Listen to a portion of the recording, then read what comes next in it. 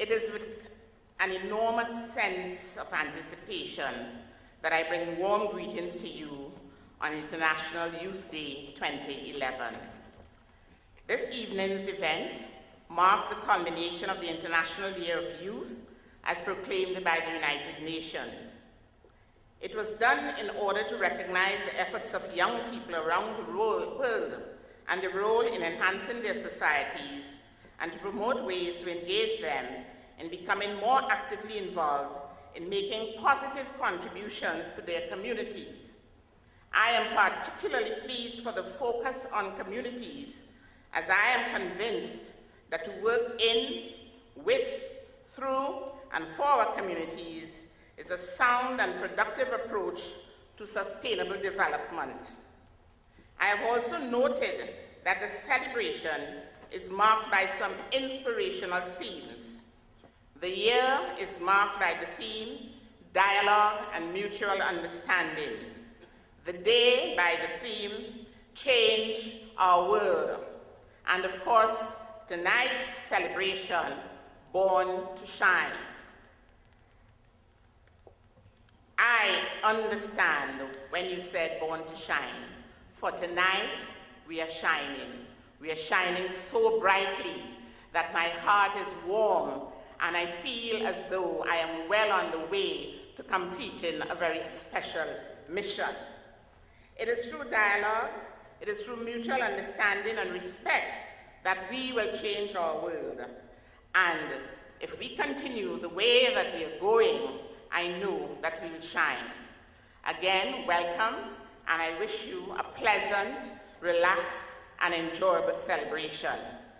When I heard the theme, Born to Shine, I wish that I could have Carol Addison here with us to sing, I Was Born to Shine.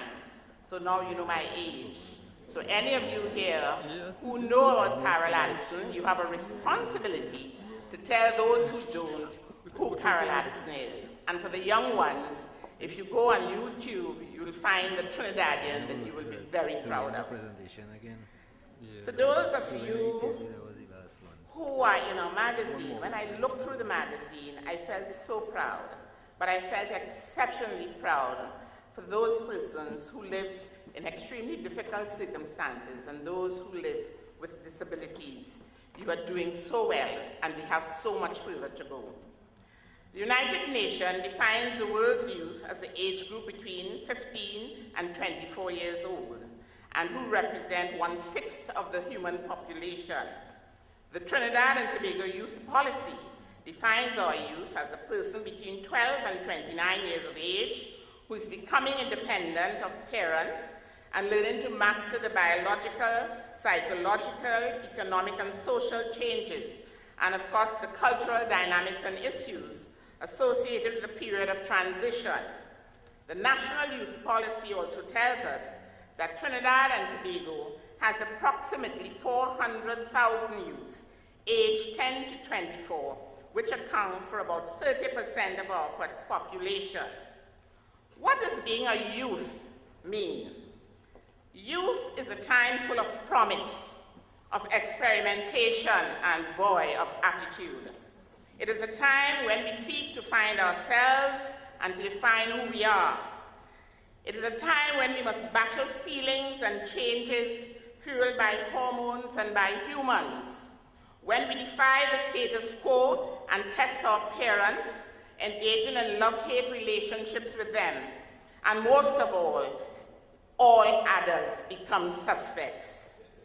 It is a time when we are driven by dreams, aspirations, and pure energy. We want to get away, but seek to hold on for all kinds of reasons. We are on the cusp of transitioning between child and adult, a process experienced so differently by so many. It is a time of sorting out and sorting through our fears, our feelings, and our future. Issues abound about education, employment, decent work, leaving home or country, starting families, making decisions. It is a time of promise. It is a time of accomplishments, and it is a time sometimes of so many disappointments. Trinidad and Tobago has been and continues to be blessed by the performance of our young people. Ours is a country that has given the world youth who have excelled as sportsmen and women, special Olympians, world-renowned scholars and academics, professionals, beauties, singers, musicians and artists, culinary artists, fashion designers and performers, and so many other areas of prowess and so many areas of progress.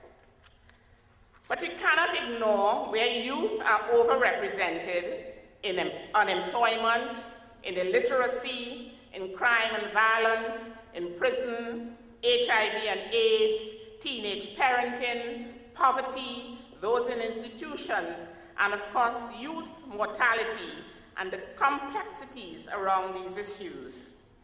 We as a nation must treat sensibly and soberly with issues of discrimination and exclusion, the hunger and hurt of our youth living on the streets, of public invisibility, brutality and sexual abuse at the hands of strangers, at the hands of family, and at the hands of friends. Young people grieve for acceptance and care, yet their resilience stands strong. Their confidence rejects victimhood, and even if they don't recognize it, by simply waking up each day, they celebrate their survival. As we tonight celebrate our successes and the gains that we have made, let us also acknowledge the challenges and together devise ways to engage around them. There are so many things that cry out for our attention. The compulsory age of schooling, which is 12. What do we do when we see a child 1 day past 12 who is not at school and we are powerless to do anything about it? What about a facility for young girls brought before the courts?